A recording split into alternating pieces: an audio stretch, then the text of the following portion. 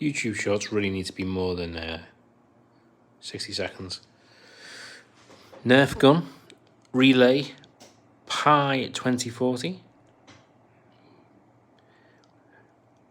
Little REST API. Connect that up to StreamDeck, and you can fire darts at me on stream. When I stream, that is.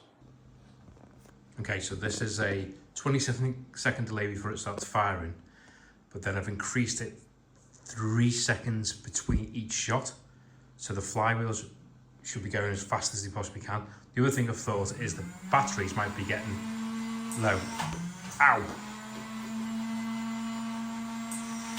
Ow! Yeah, the batteries are getting low, I think.